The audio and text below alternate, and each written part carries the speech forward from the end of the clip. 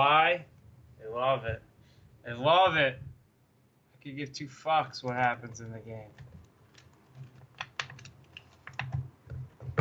All right, yeah. Let's start in the NBA. Um, Kawhi, Kawhi's suing Nike. Yeah, Kawhi is suing Nike over his trademark. He says that he created it on his own when they first signed him, and now he's suing them for royalties or for the logo itself so that he can bring it over to New Balance. I don't fucking know what he's doing. Have we seen this logo? It's kind of a creepy looking claw thing.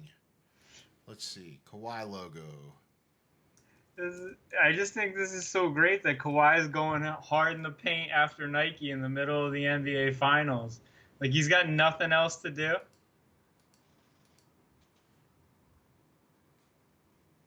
That's it, right? Yep, he's suing Nike over that. Okay. Well, I mean, let the man take his logo. I mean, if that's I, part of his identity, why shouldn't he take it with him? Does Nike I claim to own it? yeah, because I would assume that Nike's saying you were under contract with us, therefore anything you think of or do is ours. You know, typical shit like when you work for a company, whatever you create while working at the company is therefore property of the company. And Kawhi ain't having none of that. Yeah, oh, because Nike filed for a copyright on it, and Kawhi was like, nah, fuck you bitches. Pay me. Pay me. Yeah, he's saying it's all his intellectual property. He came up with it in college. Okay, and he wants to take it over to New Balance with him. Yep. And that Nike can't use it, and anything that Nike made off of, he gets a royalty from it. Good for Kawhi, taking on the big guy. Kawhi don't take no shit from no one. Kawhi's, you got Doc Rivers getting fined for openly courting Kawhi on ESPN during the NBA Finals. What was he courting him or was he just complimenting him? Well, I think the compliment probably pushed the courting over the edge because the Raptors have also already filed a grievance against Doc Rivers and the Clippers for tampering. So I'm sure the Clippers will get slapped with a fine, and Steve Ballmer will be like, "Somebody go look at my couch cushions for that." They probably dropped 50 grand in there the other day. Yeah, I'm pretty sure they did get fined, and I'm pretty sure 50 grand is exactly what it was, and I'm pretty sure Ballmer did not give a flying fuck. No, that guy doesn't give a shit about anything except he wants to make the Clippers a winner. And good for him. Yeah. I mean, he's got the room to get Kawhi and another max player this summer. Yeah, he's definitely. I mean, we all know where I stand. I think Kawhi's courting KD right now, not the other way around. And with the fact that Kyrie has lost his goddamn mind, he is in another fucking planet. He is the greatest. I mean, he barely posts on Instagram, but he is the greatest insane person.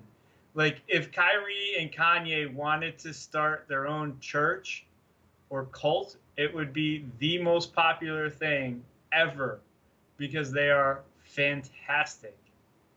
Fantastic. Uh-huh. Can you read that for some people? Yeah. Okay, we got Kyrie Irving. Hermetic Friends Incorporated. My light brothers and sisters. The age of no more secrets is upon us. World peace will be achieved in our lifetime, and we better effing believe it. Let them have the fabricated bullshit. That genuine love and energy spreads all over the world. I see all. I am. What the fuck is wrong with him? What is he talking about? Yo, can we also talk about the first reply under this? Yeah, it's Carmelo Anthony followed by KD. Yeah, these guys are like, yeah, prayers, man. We got it. We're What? with you. We're with him doing what? What is he doing? What is Hermetic Friends Inc? What is going on with Kyrie? Did it? This is Did we Google Hermetic Friends Inc. to see if this is a thing? I mean, I'm sure it's been created by now if it wasn't a thing before. I have no idea what any of it could possibly mean, but it is probably the greatest thing ever. Oh yeah, this is Let's see. fantastic. There's no web page for it. Huh. He probably has it stashed somewhere. I don't know. But Kyrie's lost his mind. Kyrie had his shoes on Instagram the other day with that all-seeing eye as the back of it. He is he's in full Kyrie mode. That guy could be playing in China next year for all we know. I wouldn't count on him going anywhere. Kyrie's probably going to start a basketball league on Mars. Him and Elon Musk. Who knows? The Illuminati. It's unbelievable. I mean, between him and Kawhi, like, I'm lost. I'm lost right now for what is actually happening. And the NBA Finals are going on. What is Kawhi doing? Well, I mean, it's interesting. We're 6 minutes in, and we haven't talked about the NBA Finals, NHL Finals. There's so much fun things going on, and so many fun things going on in sports right now. I mean, and the way that Skip Bayless goes after Kawhi on Twitter, he doesn't even he won't even say his name. He calls him number 2. Like, this is how petty Skip Bayless is over Kawhi leaving the Spurs. He's like a jilted lover. He's Kawhi's jilted lover. Like, I don't know why Skip Bayless just won't admit that he loves Kawhi secretly, and he's just really butthurt by everything that happened. Like Skip, it's okay. You can still like him. Just because he no longer plays for his team, you don't have to hate on him so hard. Like, nothing Kawhi does is good. Everything that happens in the game is the other team's fault or the other players bailing out Kawhi. Skip is such a tool. Such a tool. I don't understand it. Why you gotta hate on a guy? Yeah, it seems like these broadcasters feel like they have to have such an extreme opinion that they'll stick to something that's just complete and utter shit. It's just so childish. Like, you're a grown man. Why are you hating on another grown man? What's wrong with you? That's not your job, Skip. And now I'm doing it. I'm hating on Skip. I'm another grown man hating on another grown man for hating on a grown man. God, What I feel like cycle. I need to hire Kyrie as a therapist at this point, just to make sense of all of it. Hey, he sees all. I know. I think he'd be fantastic as a therapist. Like, you go in there crazy, you come out even crazier. The earth is like a frisbee. Here's my question for you. What do you got? Why is KD and Klay Thompson going after a poor guy named Aubrey? And that look on your face is you don't know who Aubrey is. I know who Aubrey is. It took me a half a second, but I know who Aubrey is. So Did you know that was Drake's real name? Yeah, no, I did not. I didn't know that was Drake's real name. But KD and Kyrie, back in the tunnel after Game 2, were trash talking with Drake, but KD wasn't calling him Drake. Called him Aubrey. Called him Aubrey to his face in public, on camera. That's fantastic. And he's talking shit to somebody who has a tattoo of him, right? He has a KD tattoo. Yeah, and the best part was that game, Drake wore a Home Alone shirt with Macaulay Culkin's face on it with just the word Kevin! Like the fucking Warriors left KD home alone. It was a fucking all-time troll by Drake. It was fantastic. He's and then on you got point. Yeah, and then you got KD calling him Aubrey in public. That is some fire shit, and it's fantastic. I mean, his attire's been great the whole finals. He wore the Del Curry Raptors jersey in Game 1. How epic is that? Yeah, he's throwing his curse on the Currys by wearing a Raptors jersey. This is I mean, I'm telling Drake is on point with his shit. I don't care if he's acting a fool, if he's been, hanging out with Kyrie, smoking some of that Kyrie Kush.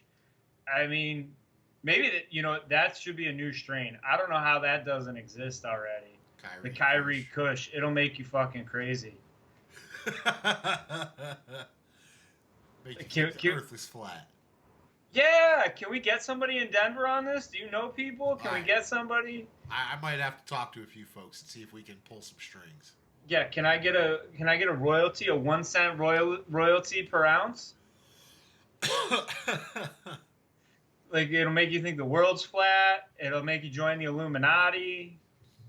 There's a lot of good marketing here. It will make you see all. Yeah, you will see it all.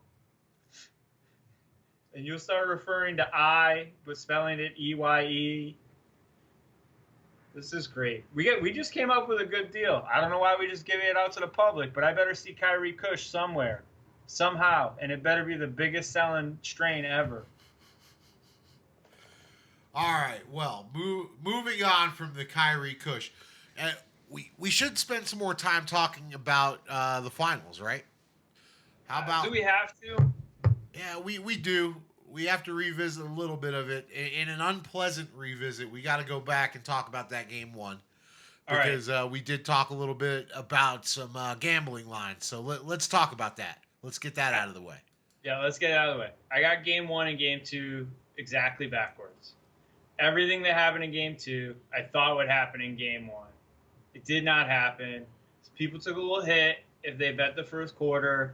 They bet the Warriors. They bet Klay because somehow there were two lines for Klay's three-pointers, 2.5 and 3.5, and over 2.5 was minus 200, but over 3.5 was plus money. And the fact that it landed exactly at 3 is the most bizarre. He did not take a three-point attempt in the fourth quarter. Yeah, I don't. All right. Was he hurt? No, he wasn't hurt in game one. I mean, he could always be hurt. That guy hasn't missed a playoff game yet. He's played them all dinged up. So we screwed the pooch on all of that. But if you took my advice and tripled down on Golden State in game two, because I did say that too, I gotta get a couple W's back here. Sure. I did say that in game two. If you triple down on them, you're a happy camper. If you took the series, if you took after 3 games it being 2-1 Warriors, right now you can bet the Raptors and middle it, and so no matter what the outcome is, you make money on that bet. Free money right there. Cover your butt. We had Tiger in the top 10. He came roaring in on Sunday with a biddy on both arms. Closed it in. We had Anthony Smith, the big upset in the UFC. Well, fuck your mother. What about this other boxing match that we talked about a little bit? Was that? I mean, we did call for a 6th round knockout. Unfortunately, it was the 7th round, and it was the other guy. Yeah. How about a little Mexican butterbean over there?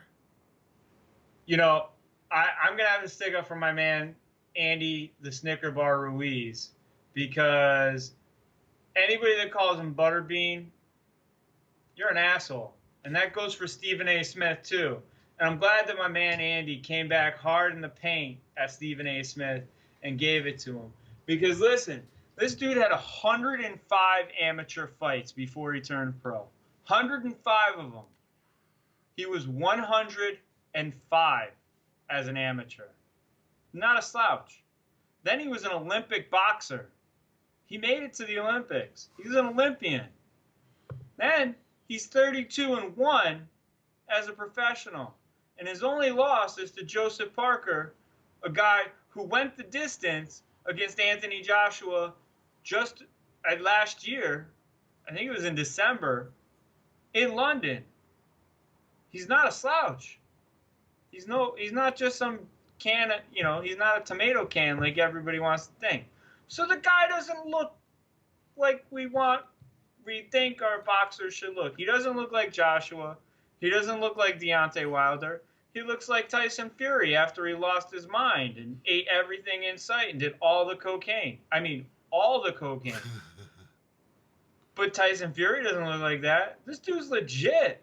And everybody that's calling it a fluke and all that shit, you're fucking out of your mind. Out of your mind. They're going to have a rematch, and it's going to be close. And Anthony Joshua went from being a favorite against Wilder or Fury to being an underdog in both those fights instantaneously as a result of that. So, well, why wouldn't that build up Ruiz more than it would hurt Anthony Joshua?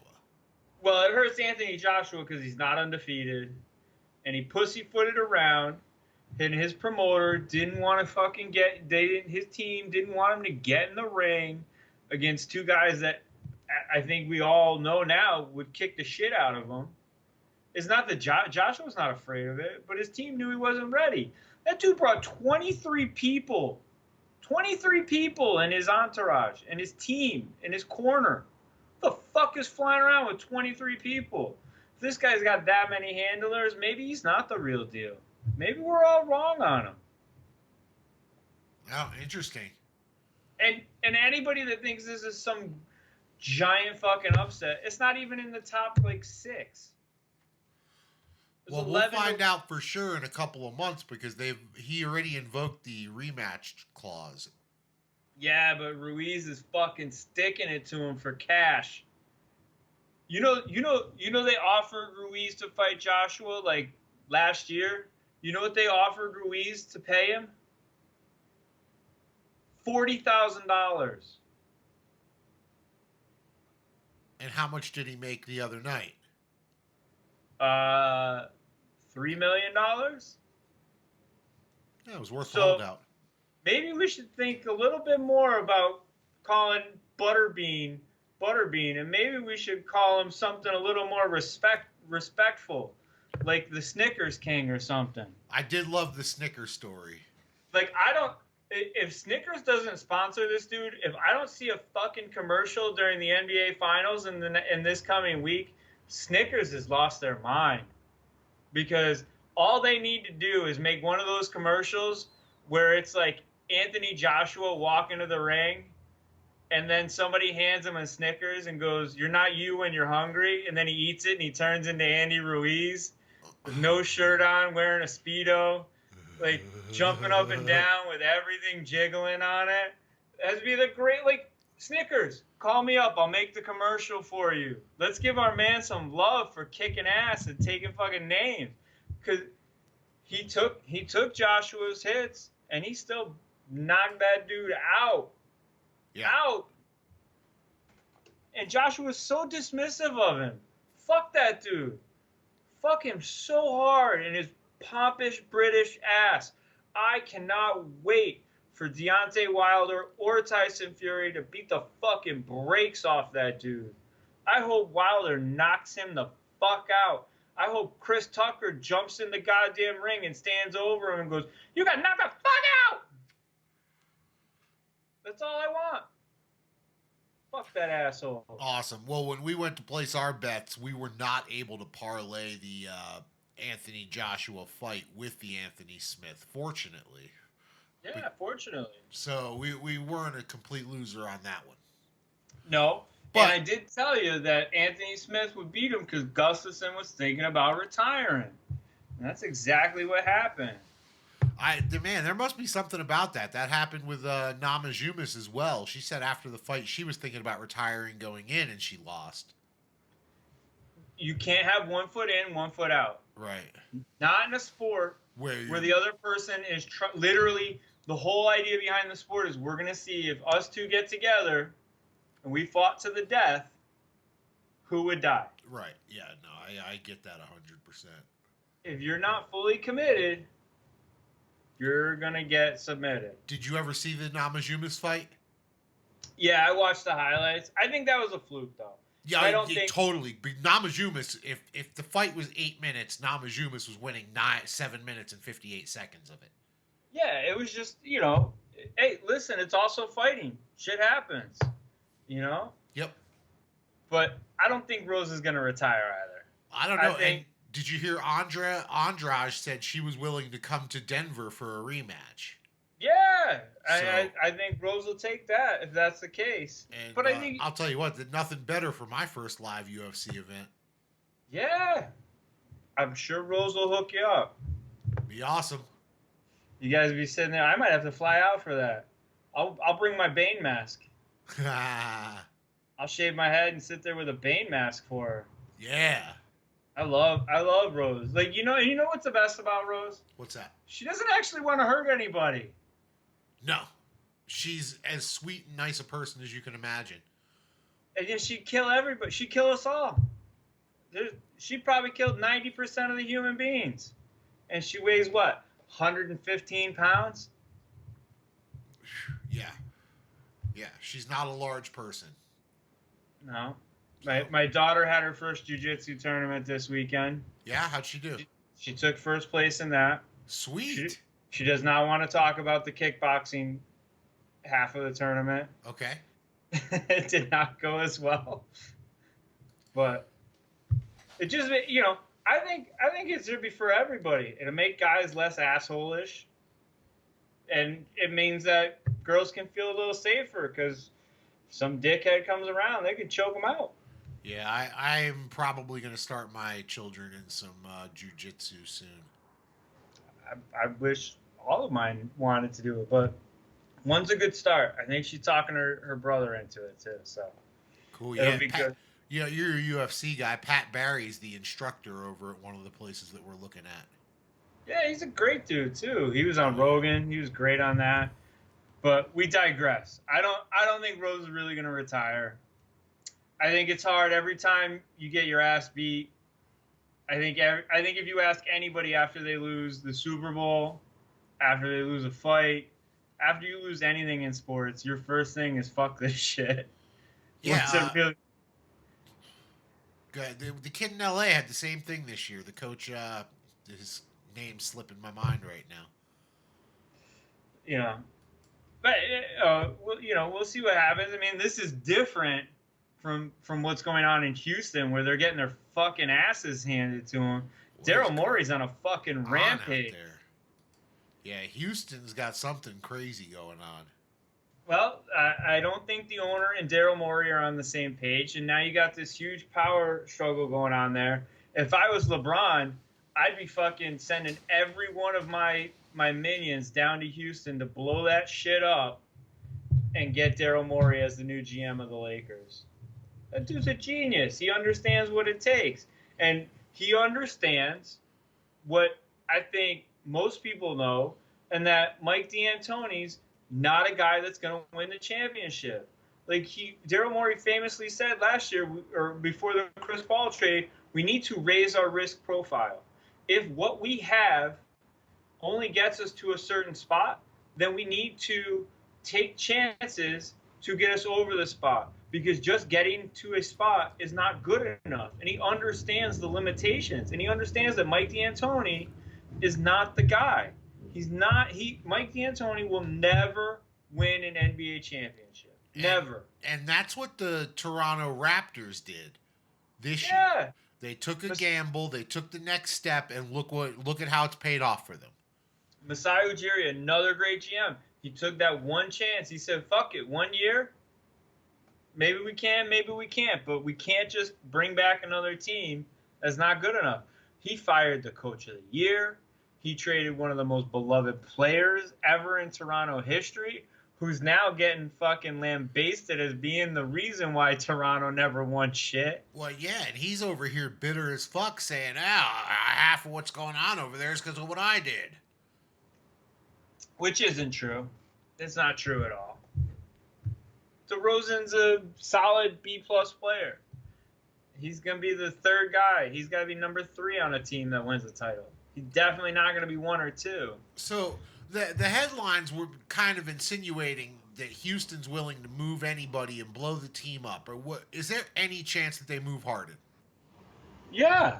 If Daryl Morey is really in charge, I don't think that Daryl Morey would turn down the right deal. He's a guy that understands. He understands the math. He understands what contracts will be. He understands what's going on with the CBA. He's looking further in the future. And listen, if our man Harden is out at the strip club, in the middle of the playoffs, and then he goes 0 for 27, is that the guy you want to tie $250 million to? Is he really the guy that's going to get you there? Is a breaking down Chris Paul the guy you want to ride with? Is there having a bunch of yes men around the way to go? Like they're probably the second best. They were probably the second best team in the NBA this year, and they didn't even make the Western Conference Finals. Yeah, for sure. Yeah. So let me ask you this then: what do you think the odds are that Chris Paul's playing with LeBron in LA next year and Kyrie? I think the odds of Chris Paul going to LA are specifically tied to where all the other stars go. If the Lakers can't get the other pieces, it's real easy. The Lakers just say, here's Lonzo and our number 4 pick, and we'll take Chris Paul. And it makes LeBron happy because LeBron's already got his guys out there, right? And they're writing all the stories this week. LeBron might leave if the Lakers don't get their shit together this offseason. Those stories have come out. You think those stories came out because LeBron didn't say those things, didn't mean those things? Those stories came out because LeBron wanted them out. He wants to put pressure on the Lakers. And LeBron and Chris Paul are close, right? They're good friends. Yeah, they're part of the Banana Boat crew.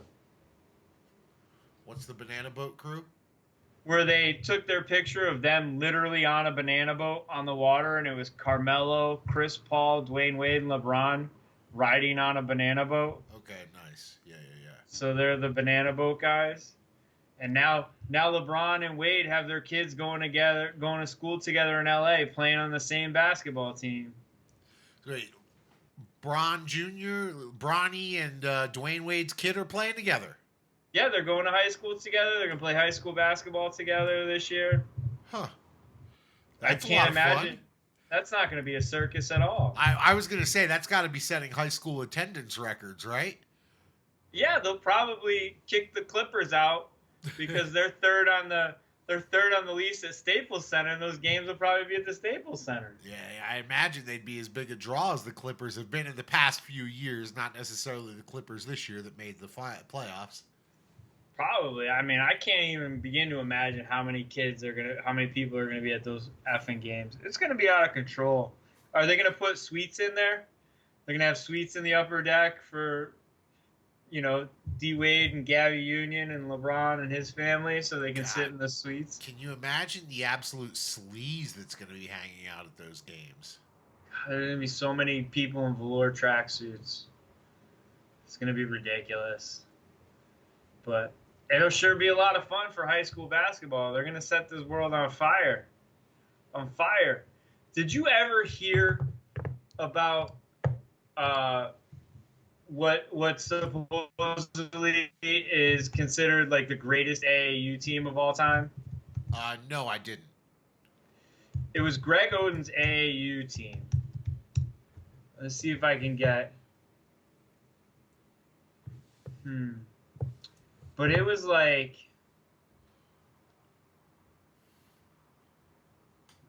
Greg Oden, Eric Gordon, and it had like 7 NBA dudes on it when they were all in high school. I can't find it at the moment. I should have thought about this earlier. But all right. I'll find it for the people. We'll throw it up on the Twitter. But yeah, Greg Oden's look at for everybody out there, look up Greg Oden's AAU team. It was un-effing believable that all these people played on the same AAU team together, and they like never lost games. They blew everybody out. And AAU is high school. Yeah, high school. Yeah, it's pretty much like a traveling team. Yeah, like middle school. Yeah, they travel all over the country. and that sort of thing.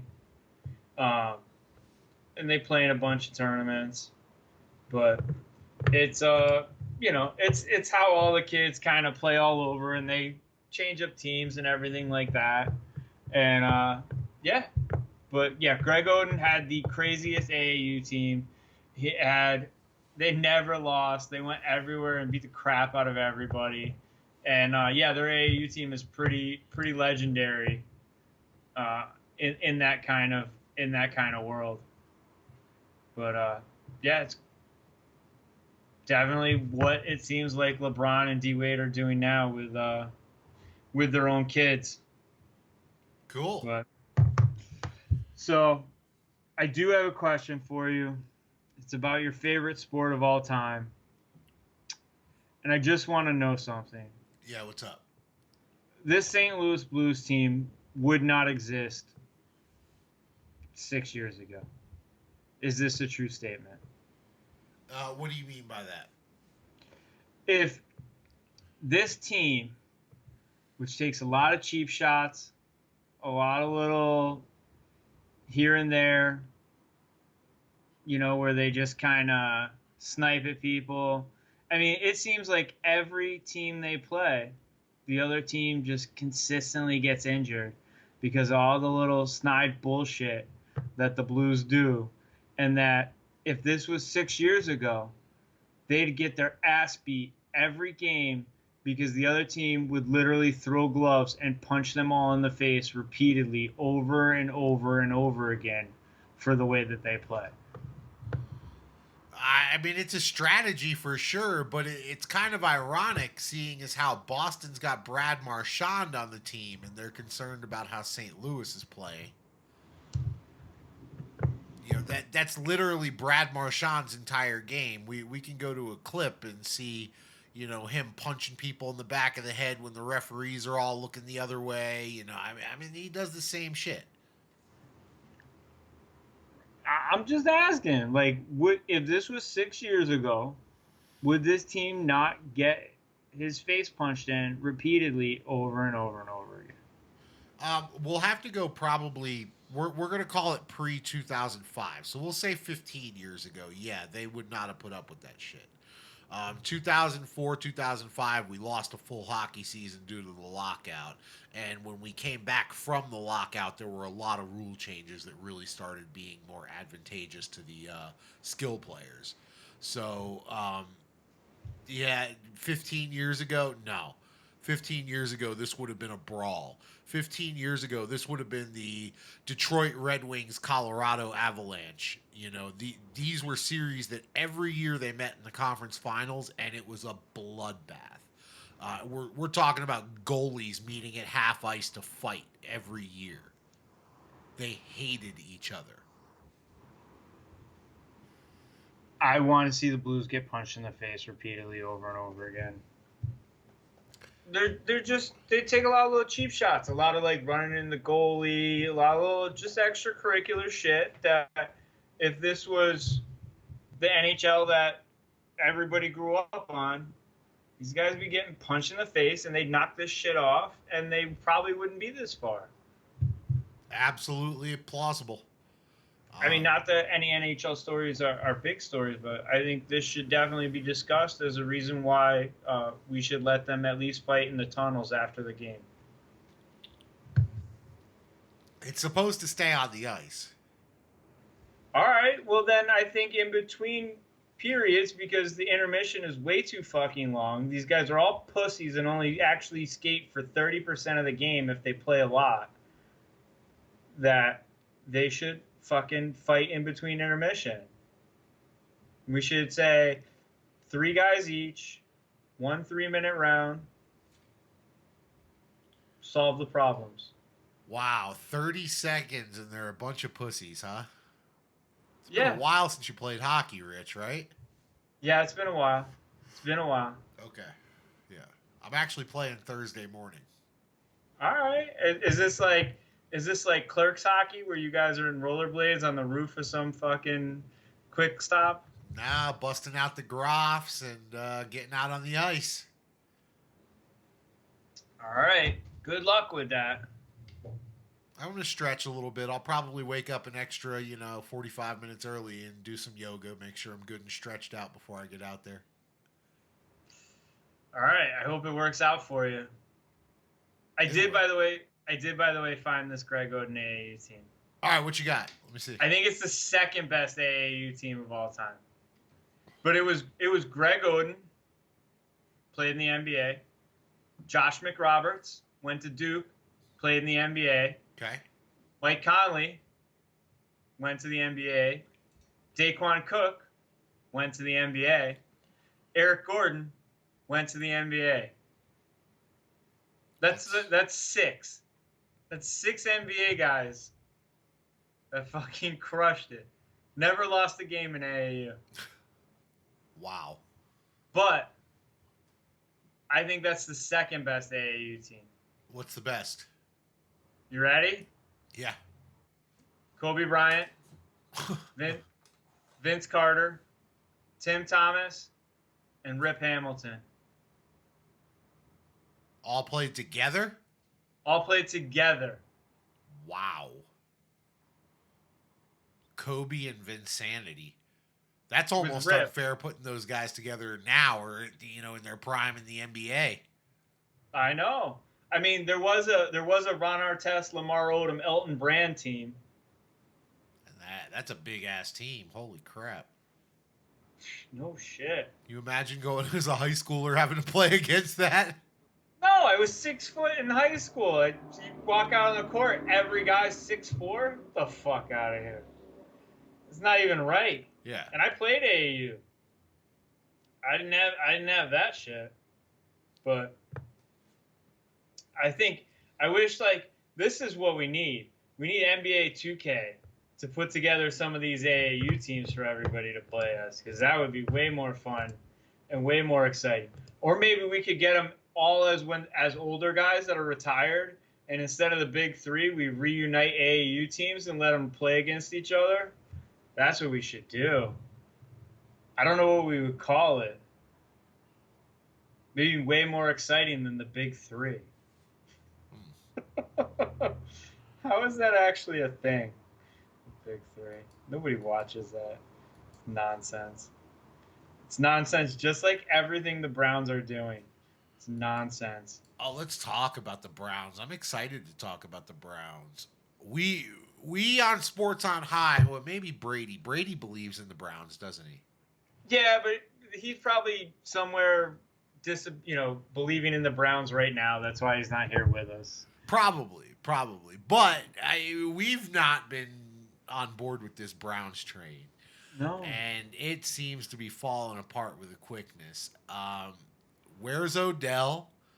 Oh, I know where Odell is. Odell is at the strip clubs in Vegas with Lolo Woods.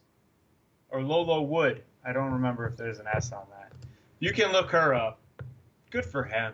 I would be with her instead of minicamp too. Lolo Wood. That's where Odell is. Okay. Because apparently that's more important than learning the new offensive system. And Freddie Kitchens is not happy. He is definitely not happy. If he's good, and can you imagine if he's going public with it, how long he's been happy about this? Yeah, not very long. Yeah. Or very long, actually. I meant unhappy, of course. Yeah, he's very upset. He looks like he's eating his feelings too. So, and I feel bad for him for that because Dorsey assembled this squad of misfits. This isn't even the island of misfit toys. He literally put together the football version of the team Major League. That is exactly what he did. We are literally watching Major League, the football story. Yeah, they've even got a weird story about a draft pick who had to lie about knowing somebody to get onto a practice squad to get a tryout. Yeah, they got Kareem Hunt running around there. Like, every one of their guys is a troublemaker. And everybody's like, oh, they're so great. They're so talented. I mean, so let's have this exercise. If they are the Major League version But football. Who's Wild Thing Vaughn? Is it Baker Mayfield or is that Odell? No. Is Odell Wild Thing Vaughn? You know, I was sold at Baker for Wild Thing, but there's definitely an argument for Odell there. Oh, I think it's got to be Odell. Odell is definitely Rick Vaughn. Okay. All right, so Odell Wild Thing Vaughn. We got that. I mean, the manager, we got throw him the heater, Ricky. Yeah, Freddie Kitchens. That, that's perfect. Freddie Kitchens. It's fantastic. Who is Willie Mays Hayes? Oh, maybe that's Odell. And Wild Thing is Baker. That's what I was thinking at first, but Willie Mays Hayes was just fast. Yeah, and he was crazy. He was flamboyant. Like, oh yeah, Odell is Willie Mays Hayes. Yeah, you're right. You're right. Baker can't throw the ball straight. He's all over the place. Baker's totally Wild Thing Vaughn. And then who was Pedro Serrano. Nick Chubb. Can only hit a fastball. Can't catch. Can't do any of that stuff. I mean, we got some great ones. You know, we still got to figure out who Jake Taylor is. We got to figure who's Roger Dorn. Who's the wuss of all this? Is that Landry? Is that our Roger Dorn, the Corbin Burnson character who doesn't want to field ground balls? I mean, these guys are a hot mess, and we haven't even talked about the psychos that they have on defense. The psychos. On paper, that defense is almost scary. Yeah, but who was the rookie cornerback that they drafted last year from Ohio State? I'm trying to remember. Denzel Ward? Yeah, Denzel Ward. If I have to listen to one more fucking analyst tell me how great Denzel Ward is, I'm gonna vomit. I'm sure he's great, but that dude can't play a whole game. He can't play a whole season. He might get 10 games in, and of those 10 games, he might actually finish 6 of them. Like, that dude's not healthy. He's brittle. He's soft. It's gross. It's just such a hot. I mean, they signed Sheldon Richardson, Olivier Vernon. You got Njoku. You still got Myles Garrett there.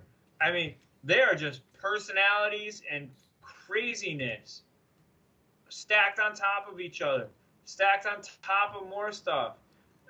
I mean, it's gonna be. I mean, like, I would beg, can we just run it back for Hard Knocks? Please.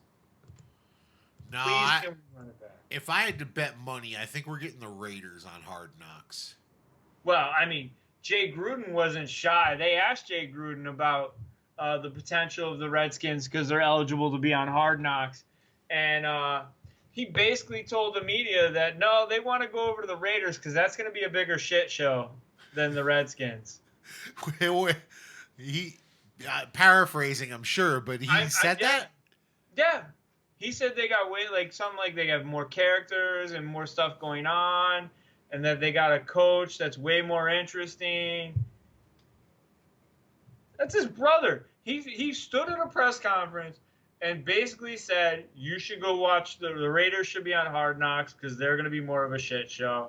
And then somebody asked him if he'd be on Hard Knocks next year, and he said, if I'm eligible to be on Hard Knocks next year, I won't be here because I'll be fired. He might be right about that. Oh, he's 100% right about that, but I didn't know brothers were just throwing each other under the bus in the NFL. This is just a real dog-eat-dog kind of world. Yeah, well, he wasn't wrong about any of that, was he? No.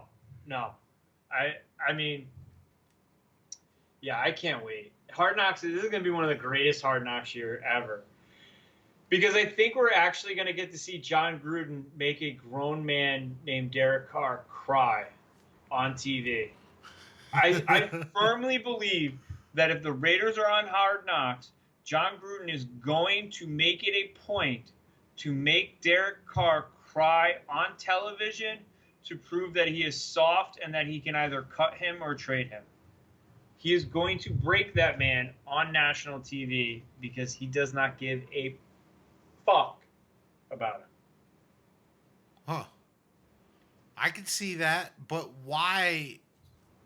Just to get rid of him? Just to make the move? Just so he can say publicly that's not my guy? Yeah. I think he needs to prove to the fans, the Raiders fans, that Derek Carr is soft and not a good quarterback. Because they all still remember the 13-3 year. It wouldn't be the first time that Derek Carr was crying. Remember when he got tackled and cried? Yeah. But there's crying in football. Sure. I mean, we know there's... If you're Joe Theismann, if you're Alex Smith... I'm just saying, I think most people, if they got hit by those unnaturally large and athletic and strong human beings, I think 99% of us, just getting tackled once, would cry like little babies. You might be right, but we're not the quarterback. We're not supposed to be the alpha of the team. We're not supposed to be that guy. I mean, if you paid me $30 million, I'd take 100 or so hits a year. For sure. I'm not saying my brain would thank me, but I might. Yeah, I mean, well, that's life-changing money right there. I'd take 100 hits for that. Did you hear though that streaking is back in football? I called for this. I begged for this. I asked for it in baseball, but we got it in European football. And I think I fully endorse it. I fully endorse anybody that wants to do that. If you want to shamelessly advertise for vitality, whatever, and run on the field like that and be chased around like you're a naughty Marilyn Monroe, then please do that for everybody. Have you ever seen a man any happier to be chasing a streaker? He gets to tackle that girl, and he doesn't even get Me Too'd. Oh, man, wow. What a lucky fellow right there. And look at it. He looks like he is ready to enjoy the moment. Do you think he's struggling to run because he's got a little chub brewing?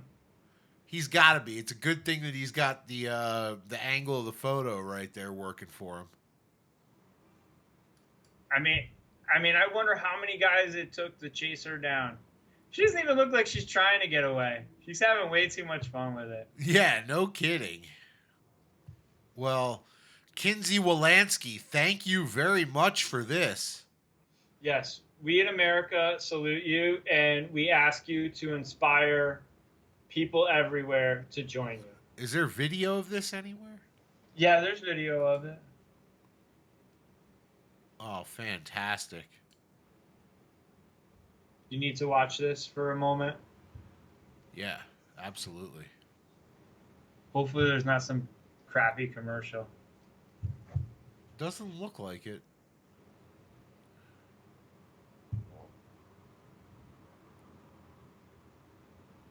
Oh, there she goes. She's moving at a good pace, too. Yeah. Oh, I don't think they tackled her. It looked like they started to, and then they pulled up short on it. Fantastic. Miss Wolanski, we salute you. I endorse it. I encourage it. Just streaking. Don't do anything crazy, but just run out there in your skivvies. For sure. All right, well, what else is coming back that you want with streaking? Or just maybe baseball you want it? Yeah, I think we need to spice things up in the outfield. Just run across the outfield, jump back into the stands. And people in the stands, hide them. Don't snitch. All right. Don't snitch. Hide them in the stands. Let's settle a quick debate. You ready, Rich? I'm ready. What do you got? Who's Tom Terrific? Well, if you're from New York, that's Seaver. And if you're Tom Brady, you think it's you. And Tom Brady tried to trademark that shit. And New York media, Boomer Esiason in particular, lost their motherfucking minds. Who knew that was such a controversy? Who knew they held one man in such high regard? You're a Mets fan. I am a Who's Mets fan. And a Patriots fan. And a Patriots fan. It's a very good observation there. Who's your Tom Terrific? So I have 2 Tom Terrific autographs on the wall in my bedroom. And they're both Tom Seaver autographs because that's what I was brought up on when I was a kid. Tom Terrific was Tom Seaver. So there's my answer. So are you turning on Tom Brady just like a lot of the receivers in this league are turning on Tom Brady? You talking about Mr. Humphreys? Yeah, it's pronounced with an umphrey. Yes, it is. And that's so funny. He decided not to go play with the Patriots because he felt like Tom Brady was too old. Yes, So Tom he went Brady, to play with Marcus Mariota. Yeah, apparently. He had the option. And he said, and didn't the Patriots offer him more money too? I'm not sure. I haven't dug too much into that story yet. I saw the headline of the article, got a quick chuckle out of it, and moved on. I mean, I can't imagine any professional football player in their right mind deciding to take less money to play with Marcus Mariota. Apparently, that's to Mr. Humphrey, pronounced with an Humphrey. That is what he thinks. He thinks that Tom's past his prime. Now, do you think this is just faulty thinking because he's a white rapper? It could just be faulty thinking from too many hits to the head. Okay. I don't know. Like, he just came off playing with Jameis. You'd think anything is better, yet he went to the closest thing he could find to Jameis. He literally went to the other quarterback in that draft. He went from the number 1 pick in that draft to the number 2 pick in that draft. And it wasn't a good quarterback draft. No, very weak. Very, very weak. I don't understand. I mean, he might as well have just gone to play with Aaron Rodgers because that dude's a bitch. I'm off. Aaron Rodgers is out. He's off the list. He can take his fucking porn star mustache that he likes to grow every year, and he can take his weak beer drinking skills, and he can shove them all straight up his tight ass sphincter because he's so fucking tight assed about it all. Because if he's gonna let a young kid like Pat Mahomes sit at a hockey game and chug a beer like a man, Aaron Rodgers is done. Don't talk to me about him winning an MVP. Don't talk to me about him being one of the greatest quarterbacks of all time. He's not even an American. We are taking away, revoking his passport. We're giving him a visa, and we're sending him to fucking Canada. And we can let them decide if they like him or not. I hope he enjoys playing in the CFL this year. It does seem like the new challenge in the NFL is make Aaron Rodgers chug look like a bitch. Yeah. What does that say about Aaron Rodgers? How does the rest of everybody else in the league, what do they think of him? Because Tom Brady did it long before this, and nobody went after him. Nobody went after him because he drank it like a man. Oh, he downed that beer on Jimmy Kimmel like a man. He actually thought he left a little bit and went back and killed the rest. Yeah. But Aaron Rodgers, everybody needs to go after him. Aaron Rodgers still working on that beer. Whole Chicago Bears defensive line, right? Is that what you said? Was it the defense? Yeah. I'm just saying, like, at some point, Aaron Rodgers has got to get his shit together and either prove it that he's a man, or maybe he should, retire. because he clearly isn't going to win anything. I mean, I definitely think we need to get like Matt Stafford and Kirk Cousins and Mitch Trubisky to do a video together now. I don't understand how this hasn't become the new challenge. Yeah, you see them there at a Yeah, White Sox game. good for them. Yeah. I think every quarterback should do it, like the old ice bucket challenge, and then challenge Aaron Rodgers. We need to bring this back, and everybody. We need internet videos of people chugging beers, and then everybody needs to tag Aaron Rodgers and challenge him to chug a beer like a man. And I don't want to see any goddamn edits because I don't trust him that he could do it. He needs to live stream that shit. Yeah, he needs to get on a talk show or something and do it where there can be no. Yeah, because he's Bullshit. the type of asshole that would hire a film crew and film it from an angle and like pour some over his shoulder or some shit like a shitty magician. Out the window like in Zombieland. Yeah, like come on, he's done. And then I'm out. He clearly like we're gonna watch. It's gonna be his demise this year. We're gonna watch the demise of Aaron Rodgers. I was out when he downgraded from Olivia Munn to Danica Patrick. I don't dislike Danica Patrick, but I feel like that's a big downgrade. It is a big downgrade. And anybody that says otherwise, I question you. Does Olivia Munn seem like the perfect chick? Oh yeah, Perfect. absolutely. I don't think there's anything wrong. She can act. She can do drama, comedy. She's a goddamn superhero. She's a superhero in a lot of respects. She knows everything there is to know about nerd culture. Like, what more do you want from your woman? She's independent. She got her shit together. She's great. You never see anything about her being a psycho. Yeah. Yep. I'm all in. I'm all out on Aaron Rodgers, all in on Olivia Munn. Oh, how great would that be if Olivia Munn did that video? She chugged a beer and was like, "Your move, Aaron." Oh, epic. Oh, please, Olivia Munn. So let's talk about somebody who's had a little upgrade in the dating world then. How about Mr. Josh Rosen? Josh Rosen, he's been in Miami for what, all of a hot second? And look at the work that he's doing. I mean, maybe we should consider the over in the Dolphins this year. If this is what Rosen's, getting together. Yeah, all right. Let's see. Let's view the gallery here. Sports Illustrated swimsuit model. I'm starting to think that Fitzpatrick's already lost that starting job. Oh yeah. I mean, I have full confidence in Josh Rosen right now. Yeah, I think a lot of people have confidence in chosen Rosen right now. I mean, he's chosen well. He clearly has proved that he has, he's got an innate ability. Yeah. Good for you, Josh.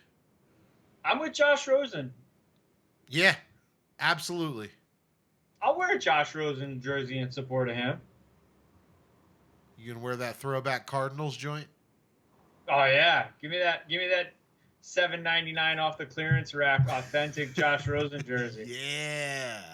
I bet he'd only cost like $2 to get him to sign it. I don't know. He might tell you to take a Cardinals jersey and shove it up your ass right now. No, I bet he's laughing all the way to the bank. They had to pay him his bonuses too. Did they really? Yeah, all those teams. Like the Giants ate $20 million in a signing bonus to Odell. They owe him the signing bonus, even though they spread it out over the length of the contract. The Giants are responsible for the signing bonus. Wow. Yeah, sweet job, Gettleman. I swear to God, I know. So we both know. We know a ton of Giants fans. Yeah. And they have all of them have talked themselves that this is great, that Gettleman's doing a fantastic job, and that they're going to make the fucking playoffs this year. Yeah. They've all talked themselves into it. They're all in on Daniel Jones now, too. Yeah. How fucking dumb are these people? He even looks exactly like Eli. This is epic. Like, we could have Brady be the GM of the Giants, and they'd all get excited for whatever fucking retarded stuff he did. Like, what is wrong with the Giants fans? God love ever loving optimism, huh? I mean, maybe that's my problem. Maybe because I'm a Cubs and a Bills fan that I have eternal pessimism about it all. And yet, I'm even excited. I think the Bills might make the playoffs this year. Oof. Don't tell anybody. Don't tell anybody. Look at that Josh Allen, man. He keeps running around like that. You never know where they'll end up. Yeah, but this is typical of Buffalo. Every single year, within the first 6 weeks, they do stuff that suckers me into believing that something good's gonna happen.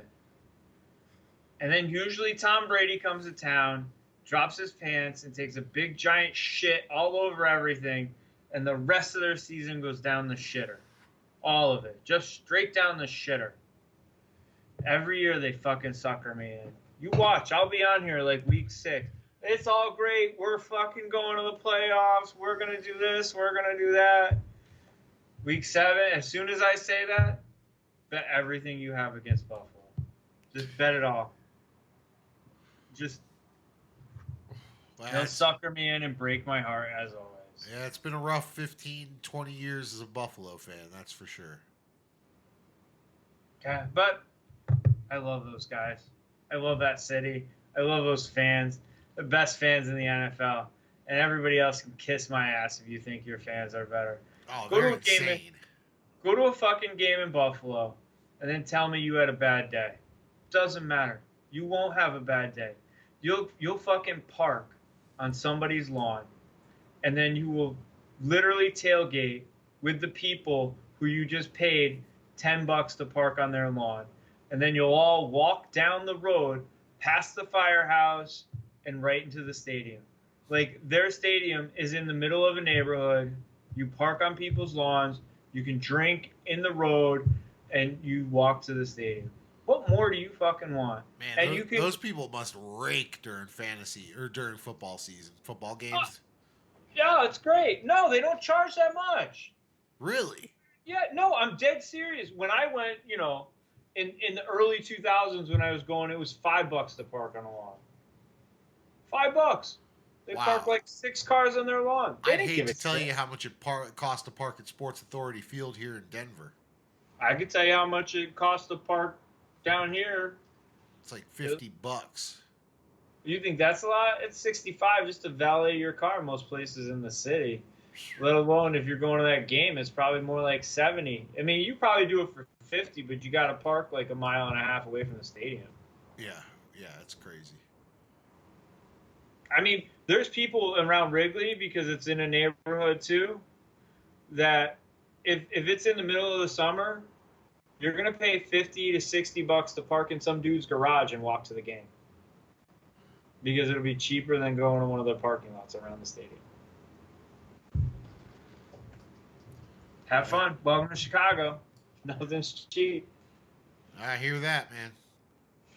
And the last thing I want to talk about this week, from somebody who's not cheap, I do want to cover this RJ Hampton stuff. For those that don't know, RJ Hampton was the number 5 college recruit in basketball. Had offers from, Kentucky and Duke and Memphis, because Anthony Hardaway had all those duffel bags ready to go like he's done for all his guys. But RJ Hampton decided that he was going to go play for the New Zealand Breakers in the Australian Basketball League this year. And apparently, RJ Hampton knew a month before he announced. And for a month, let all these college coaches recruit him and text him, do visits, and he wasted all their time just to fuck with him. And all these college analysts lost their minds about how unprofessional it was, how terrible it was that he knew this and didn't tell them. And then all like the NBA people came back and was like, "Fuck you guys. Those coaches leave whenever they want. They do whatever they want. They make money. They make deals. These kids don't get paid."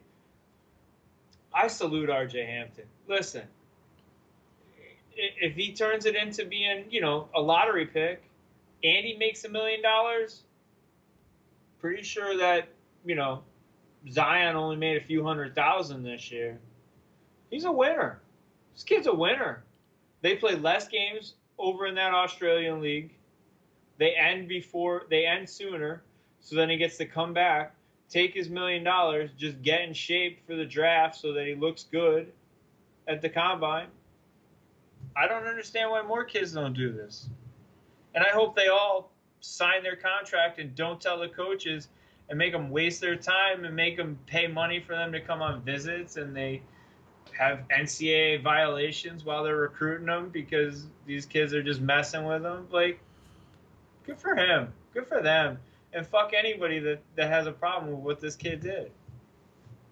Well, do you think there's eventually going to become, here in the United States, they'll eventually have those basketball academies? I think I remember Colin Cowherd talking about it last year, where, the kids can go to high school a little bit, but focus on their game, and it can actually carry them through the first year of college in their eligibility. Do you think that's the European soccer model? Okay. That's exactly what they do in Europe. They get these kids, when they're 8, 9 years old, and they go to these soccer academies, and that's their school, and they get all their schooling done, and it's all, and then instead of just like PE and all the after school stuff, it's the rest of it's soccer. And the clubs own the academies and the whole school system, and they bring them up and they sign them.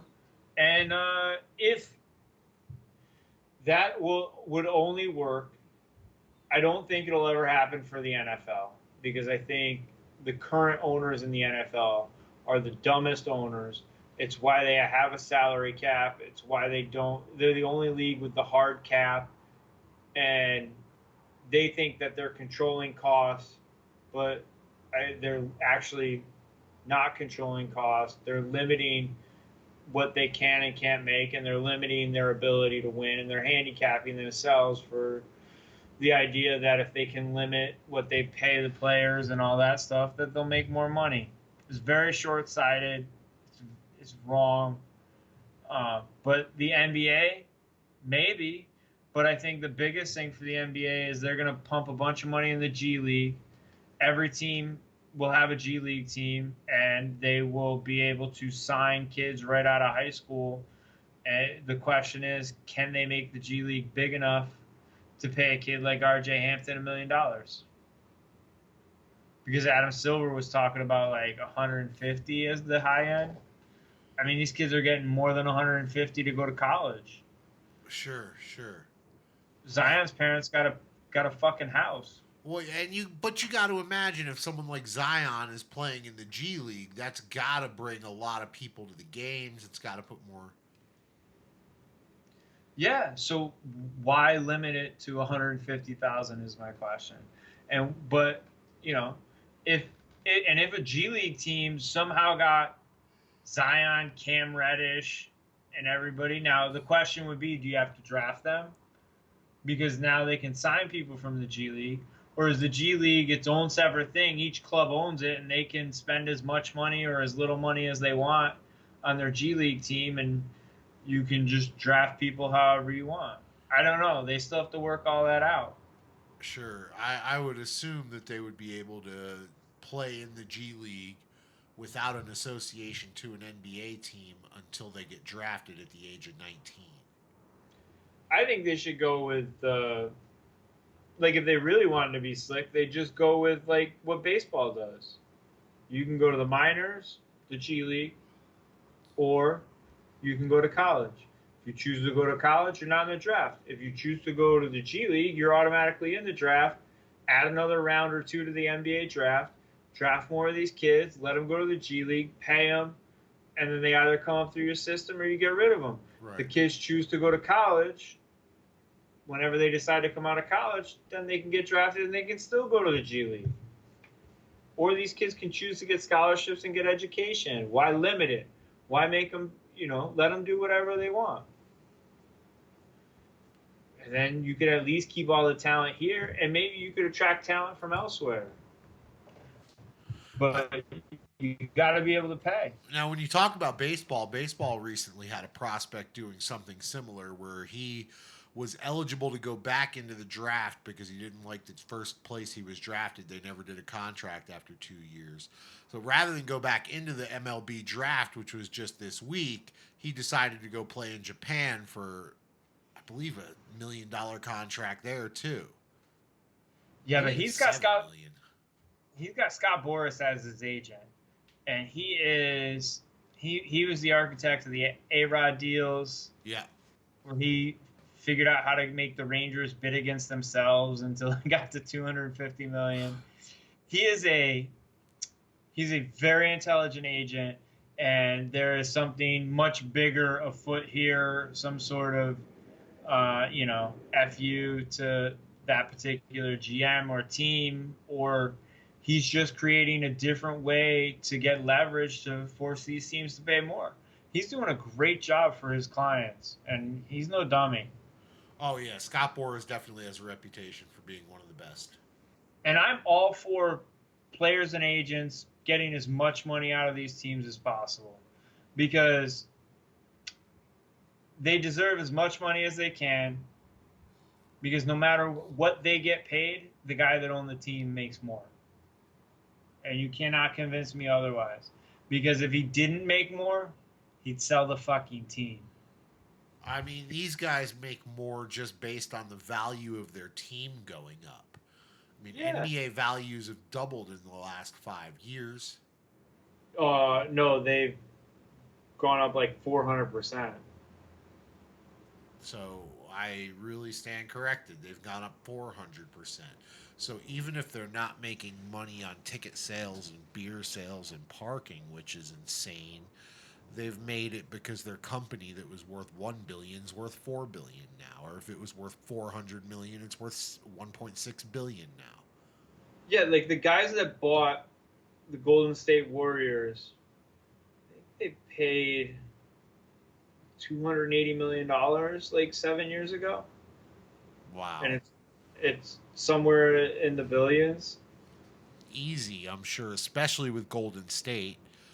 I mean, that's like, I can't imagine what Robert Kraft paid for the Patriots as opposed to what they're worth now. Yeah, I mean, all those teams, they all were the same way. Like, and all the NBA teams sold like 7 years ago. The only one that I sold recently was the Clippers, and that was $2 billion for the goddamn Clippers. Right. $2 billion. Who were pretty much hot garbage up until the time they were bought by Ballmer. Yeah, I mean, you had Lob City for a hot second, but yeah, other than that, they were the guys drafting Michael Little Candy. Right.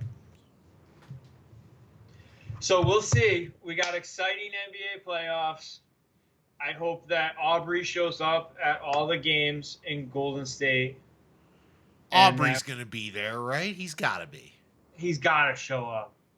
I mean, I don't know who's going to sell him a ticket, but he's got to somehow show up. He could have a friend buy it for him on StubHub. He doesn't have to announce who he... I mean, if the Warriors were slick, they would invite him to come sit at the end of the bench. Like, if I were the Warriors and I wanted to troll Drake, I would come invite him to sit at the end of the bench. Or do you think that's inviting the Drake curse? I don't believe in curses and crap like that, so I said let him sit at the end of the bench. Before the Anthony Joshua fight, Anthony Joshua a few years ago had taken a picture with Drake. And before his fight, jokingly posted the picture of him and Drake and mocking the Drake curse before that fight. That's creepy. And then my man Snickers put it on him. That's my guy. I love that guy. First Mexican-American heavyweight champ, because, they don't make them that big down south. Yep. They don't grow them that big and that tall. And did you watch any of it or the highlights? I saw the highlights. His celebration, like that's the type of stuff like you could see the joy in him. That is what we want in our sports. And so if anybody wants to like shame him for what he looks like and doesn't want to celebrate who he is, like it's fine. I think it's fine. You want to joke with him, you want to joke about it, but we need to make sure that we are celebrating who he is and like the pure joy that he had. That's all that sports is about. Like he literally was a little kid with both his arms up in the air, jumping around in the middle of the ring. Like he literally just achieved his dream. Right. Like fuck Stephen A. Smith. Fuck that asshole. He's nothing more than a has-been, washed-up prop for ESPN at this point. He doesn't know what fucking sport he's talking about half the time. He doesn't know the players he's talking about half the time. You know, he's going to fucking talk to Kobe, and then that's going to solve all the goddamn Laker problems. Fuck that asshole. God damn it. We need more. More Andy Ruizes in our life. Yeah. I like the story. I went with Mexican Butterbean to push those beans, or to push those buttons. You know what it is. Yeah. I want him to knock Joshua out again when he fights him. And I want the super fights to instead be Wilder versus Ruiz. Not that Ruiz will stand a chance in that fight. Well, we didn't think he was going to stand a chance in this one. I'll admit I didn't know enough, and yes, I took it for granted that Joshua was going to be angry and have something to prove. Didn't know he was going to be a bitch. Sometimes it happens like that. That's it. Awesome. Anything else you want to talk about today, Rich? No, it was a fantastic week. I'm very excited to see what happens. I'm very excited. It's going to be a great week coming up. We got a lot to look forward to. Cool. Well, football will be here before we know it. We're about 93 days away, 92 days away? Yep. But who's counting? Not us. I'm not counting. Are we going to try to catch up for a weekend primer again this week? Yeah, we got time. If something comes up, we'll jump on here on Thursday. After that, I think maybe we'll come on after the basketball game, Friday morning or something like that, late Thursday night, and we'll tell everybody how to make some money this weekend because we got more fights. I like the UFC fight this weekend. There's a lot of great fights on that card. All right, awesome. It's going to be exciting. There's a lot of good stuff coming up. We'll have the, we'll see where the NHL finals are. We'll have a little insight into the ending of that series. I'm starting to formulate a few thoughts. I think this, what happens to Chara if he comes back. Of course he's going to come back. He's coming back. He's a hockey player. He could be missing half his face, and he'd be like, just put something over it. Take a shift off. We got lots going on. It'll be a good time. Awesome. We'll look forward to that weekend primer, y'all, and we'll catch up soon. Make sure if you want to catch up with us, we got all that information way down at the bottom under Rich here. sportsonhigh@gmail.com and sportsonhigh2 on the Twitter. Send any crazy conspiracies you want. Tell me how much of an idiot you think I am. Yeah, we like the conspiracies. We like to see hot girlfriends. So if you notice your favorite athlete with a nice new dime piece, man, we want to see. We want to salute everybody involved. And if Kyrie is not running for president in 2020, I'm going to be very disappointed. Kyrie and Kid Rock 2020. Oh, that'd be great. Awesome. All right, fellas. Well, thank you everybody for watching. Not fellas, it's just Rich. No Brady today. I kind of missed you over there, Brady. We'll see you next time. Next time. We're out. The champ is here.